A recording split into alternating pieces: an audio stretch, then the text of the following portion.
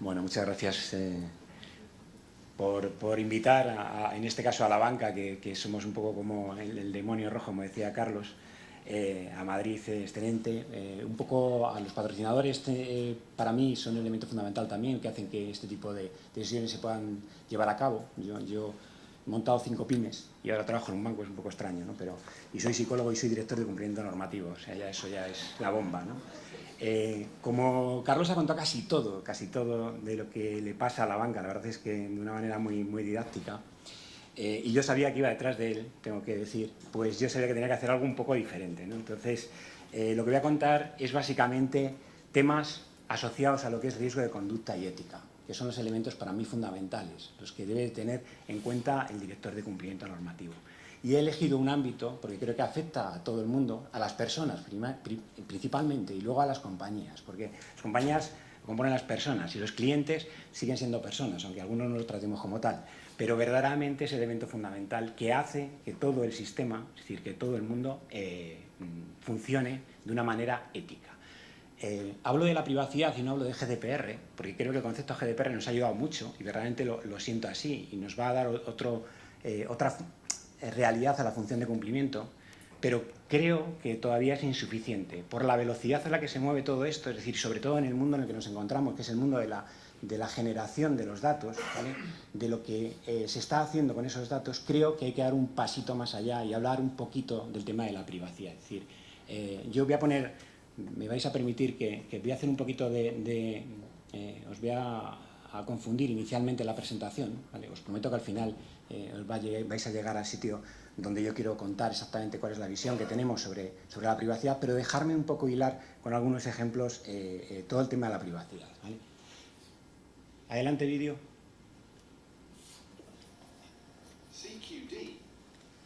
Seguro que algunos lo conocéis todo esto. Para mí lo importante es, vamos a decir, un cacharrito que va a salir al final de esta escena, ¿no? Tell whoever responds that we're going down by the head and need immediate assistance.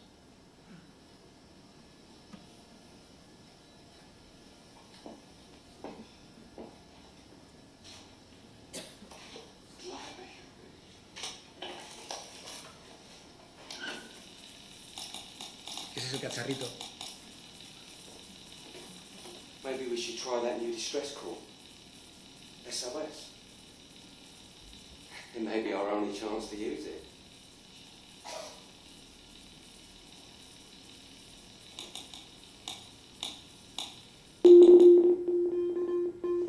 Bueno, este es el mensaje de SOS que lanza en este caso el Titanic y que, bueno, pues en concreto escuchan muchos barcos, ¿no? Pero para mí lo importante es el diferenciar desde 1844, es el primer dispositivo donde el dedo interactúa directamente y tiene un valor, en este caso, de dato, ¿vale? De una proporción inmensa. Es decir, esto permite que, aunque evidentemente murieron más de 2.500 personas en el Titanic, como habéis podido comprobar, obviamente es una escena de la parte del Titanic, también hizo que otras 2.000 y pico personas pudieran salvarse alrededor de este dispositivo.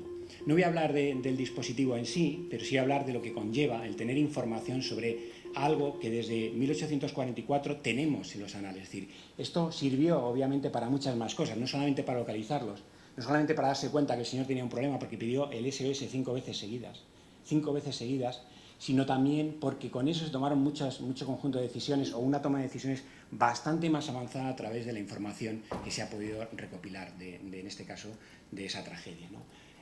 Obviamente, eso es uno de los elementos fundamentales para mí. Ese dispositivo después se utilizó en otro momento para resolver un conflicto bélico. No sabría decir en qué medida el resolver el enigma de la máquina Enigma, del código, en este caso, encriptado de los alemanes, frente a lo que resolvía, en este caso, la máquina de ingeniería más potente en el mundo, que es el cerebro de esta señorita que tenemos ahí a la derecha, que era capaz de detectar, había un conjunto de militares, en este caso mujeres, que eran capaces de detectar quién estaba emitiendo el código por la velocidad, por la presión, por el puño, que llaman el puño del que estaba emitiendo esos mensajes, sabía que en el otro lado había un equipo, en este caso del ejército alemán, que se estaba moviendo a través, en este caso, de los conflictos que teníamos de la Segunda Guerra Mundial a través de Europa. Sabían específicamente, les importaba muy poco el mensaje, lo que les importaba es que era fulanito, que tenía esta división,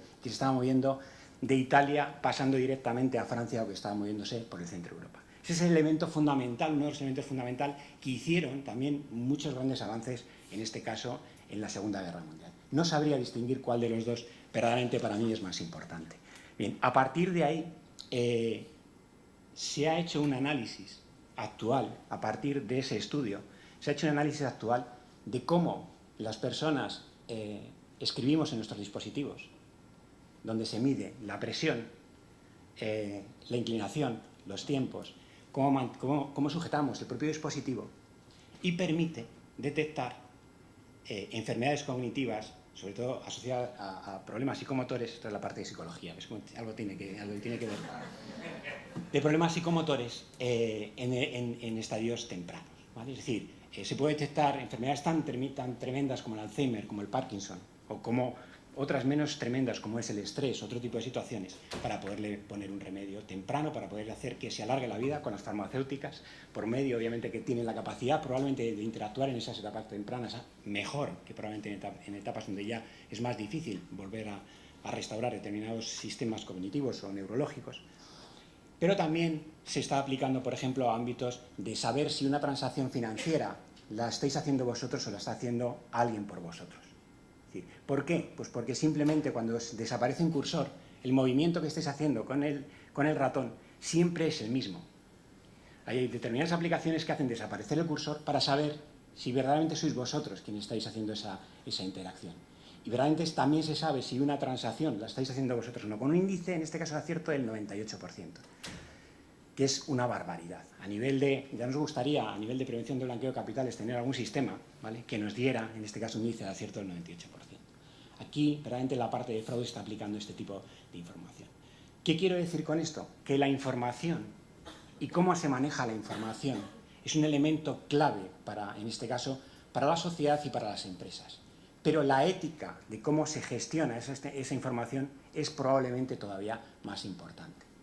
Estamos en una sociedad donde básicamente casi todas las compañías, las pequeñas fundamentalmente, pero las grandes también, necesitan avanzar a través de lo que es la gestión de esos datos, la gestión de esa información. Pero hay que tener con el retrovisor, sin perder de vista, el elemento ético de la capacidad que tenemos sobre esa gestión de esa información, ¿vale?, que es lo que voy a intentar ahora explicar. Hay un conjunto de preguntas que están sin resolver, por cierto, y yo, como no soy el más listo de la clase, tampoco las tengo resueltas, pero que nosotros en mi compañía sí estamos ahora mismo trabajando para ver cuál es nuestro posicionamiento. Preguntas tan importantes como ¿cuál es el valor del dato?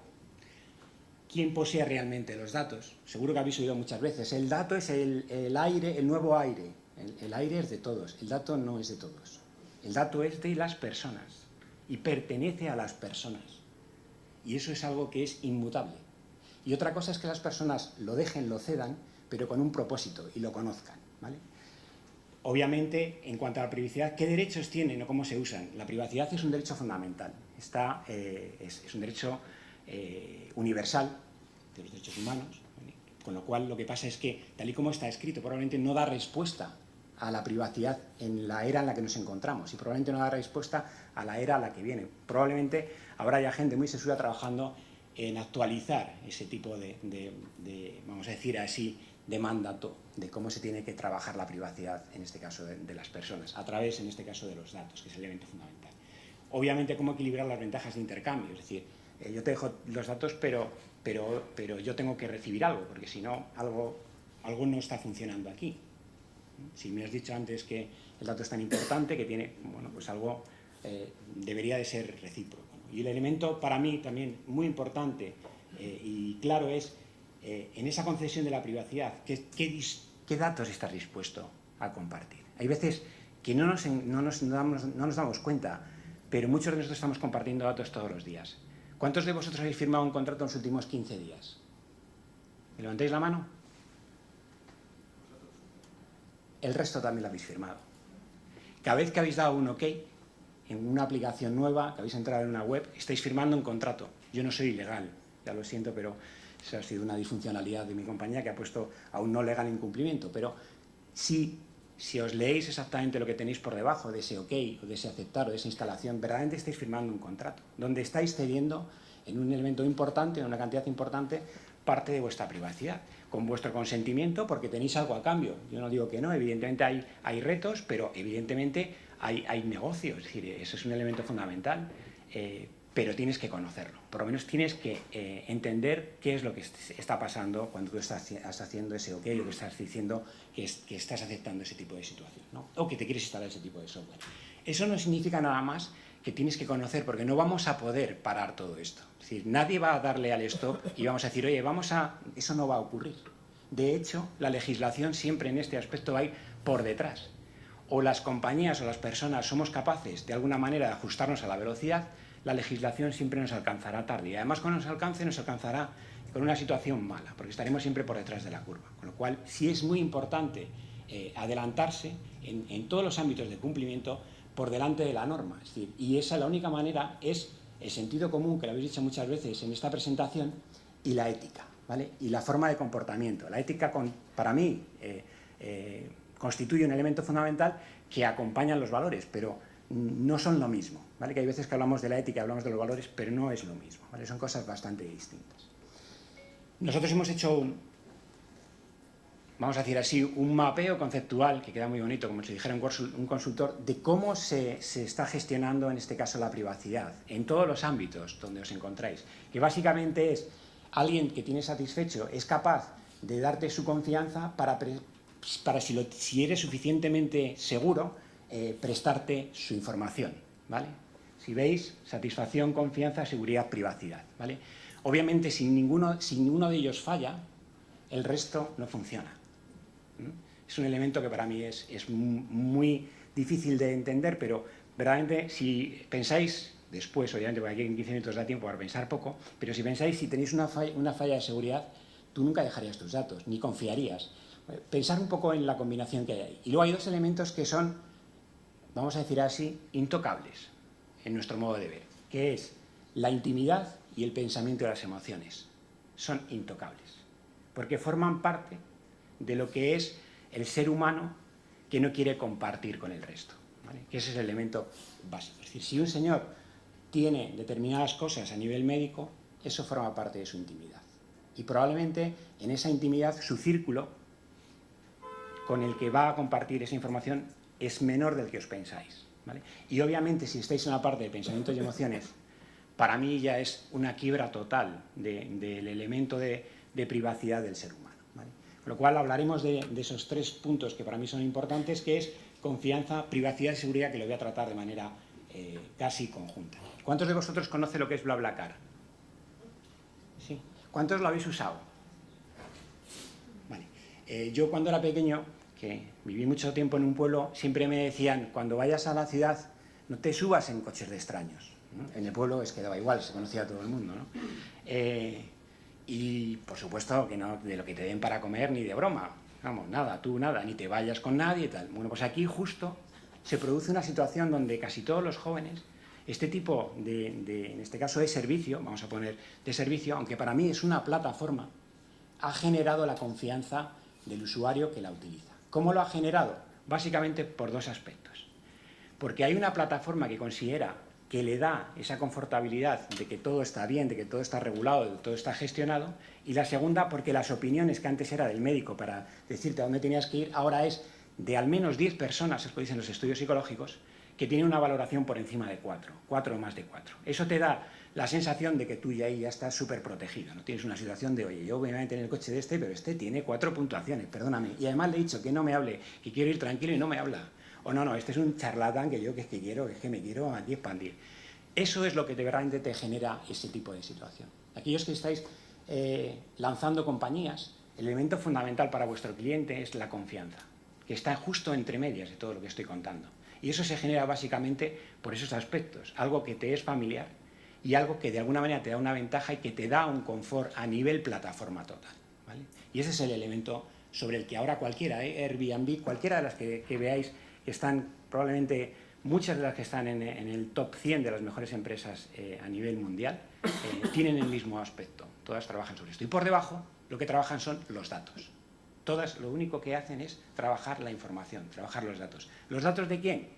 De las personas, ¿vale? En este caso de los clientes. Y ese es el elemento clave, los datos a cualquier nivel. El elemento de seguridad para mí es un elemento también fundamental.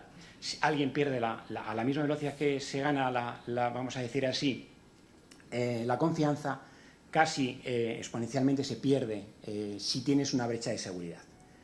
Para que os hagáis una idea, más o menos de todas las brechas de seguridad, el 40% a nivel mundial se producen en sistemas, vamos a decir así, que nos tienen que dar confortabilidad a todos los ciudadanos. Bueno, estamos dispuestos a perder esa información, pero probablemente cuando lo ponemos en manos de algo como puede ser un banco, el nivel no puede estar ahí. ¿Por qué? Pues porque la información más sensible, o de las más sensibles que tenemos después de las médicas, es la información financiera.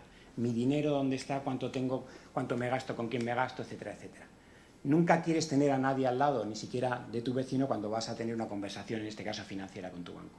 Con lo cual, por eso hay que tener una autorresponsabilidad muy importante para poder tener la custodia de esa información.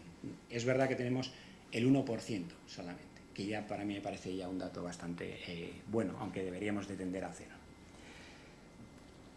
Dejamos los datos según dice este estudio, y yo de verdad que creo que es así, y creo que va a seguir siéndolo. Más o menos, vamos a decir así, un 54%, venga, voy a empezar por el más fácil, un 22% dice, a mí me da igual si no tengo nada que ocultar. ¿Vale? Bueno, pues nada, pues tú dale ahí, sube las fotos de ese día donde estabas, con quién estuvieras y haciendo lo que estuvieras, pero probablemente dentro de 3 o 5 años los datos son inmutables, como habéis visto antes del Titanic, los seguimos manteniendo. El de recursos humanos es una información adicional que va a tener, y es una información que o tú la gestionas bien y eres capaz de decidir si quieres que se gestione o no se gestione, o probablemente a lo mejor no vas a poder hacer absolutamente nada con eso. Con lo cual, hay que estar al lado de emitir toda la información y todos los datos para que tú puedas vivir una vida, en este caso, con todas las ventajas que trae las nuevas tecnologías, pero hay que ser consciente de todo ello. El 54% es pragmático y dice, yo sé lo que hay, sé qué significa todo esto y tal. Y luego hay un 22% que son fundamentalistas, que es el polo opuesto, que probablemente se están perdiendo muchas cosas, porque no le va a dejar avanzar, porque como he dicho antes, esto no se puede parar. Pero sí, un 75% debería ser consciente de qué información se gestiona o qué información tiene en este caso las distintas compañías.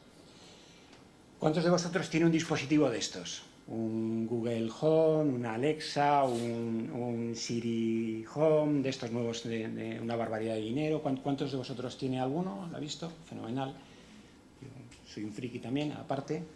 Bien, es un elemento que se va a incorporar en nuestra sociedad muy rápidamente.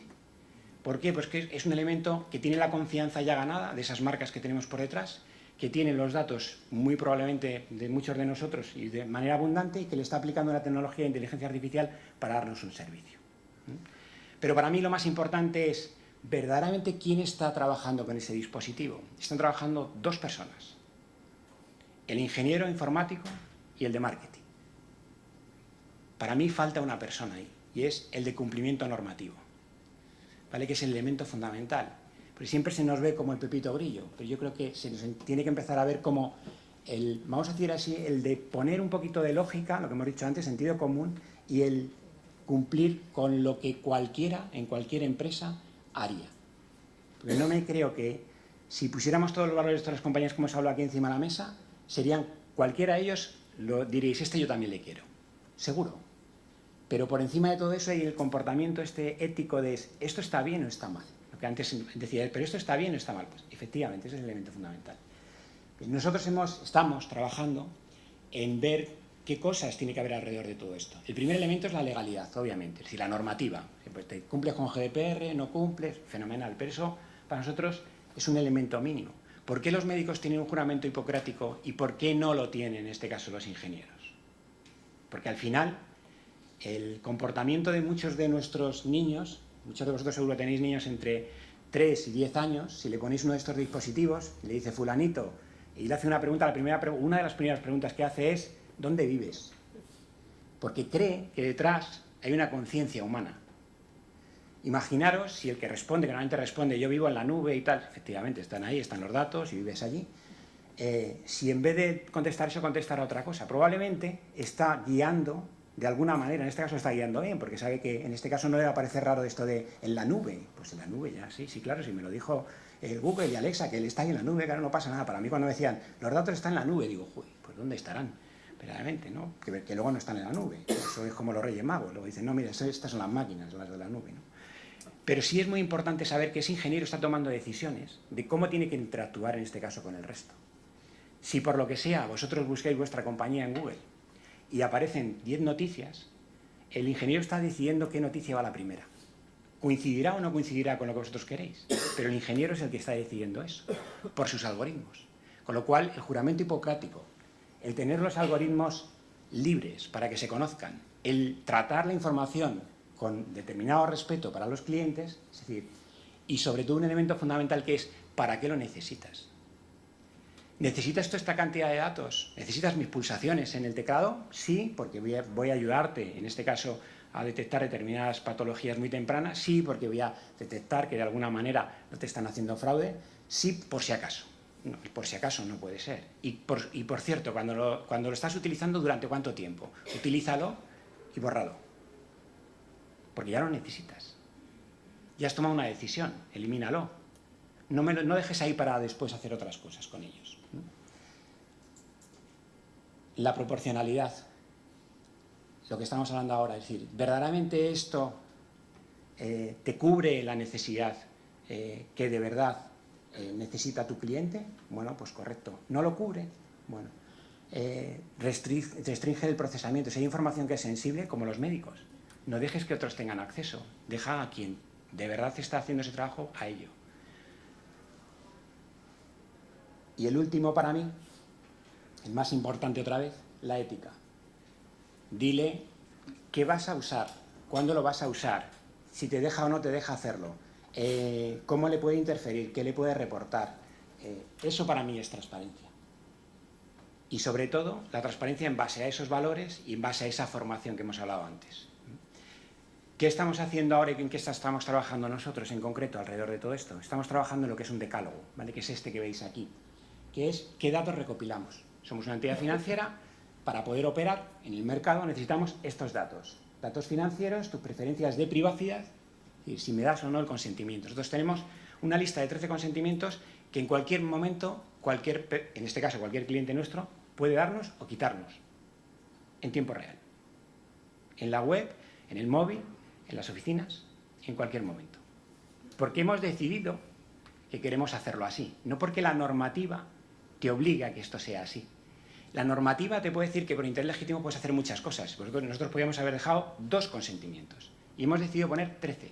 Le decimos a un señor si quiere que le molestemos en la siesta, que alguien le llame. Y si dice que no, no le llamamos. Y si me dice que sí hoy, pero mañana se arrepiente y me dice que no, no le llamo.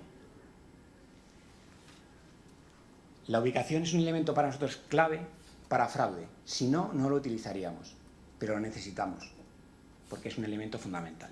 Desde donde haces la transacción, si estás haciendo una transacción desde Turquía, que es uno de los sitios donde más fraude se hace, avisamos en este caso a nuestro cliente y decimos, hay una transacción de este tipo, ¿es correcto o no es correcto? ¿Nos deja avanzar o no nos deja avanzar? Y lo que le decimos también es lo que no recopilamos. Ni los contactos, ni la información médica, ni tus archivos de usuario, ni el uso de redes, pero también le decimos los datos que compartimos, que es ninguno, excepto aquellos que las fuerzas de seguridad del Estado o la propia normativa nos obliga, ¿vale? Pero todo el resto no se lo doy ni al Google Analytics, ni se lo voy a dar a un operador de ad network, ni se lo voy a dar, etc. Estamos trabajando en esta línea. Os aseguro que el primero que está trabajando en esta línea es nuestro presidente. Y obviamente hay mucha fricción, como decía Carlos, en este caso con los ámbitos comerciales, porque perder determinada información es muy importante para las compañías, para la toma de decisiones. Pero tienes que saber hasta dónde llega ese punto de esto lo necesito realmente y verdaderamente no estoy incluyendo en un riesgo por encima de lo necesario, o esto no lo necesito, ¿vale? Entonces esta es una visión que yo creo que no es solamente la de un banco, creo que es una visión en general de todas las compañías. No tengo nada más que decir, agradecer vuestros minutos y perdonar que me he pasado algún minuto.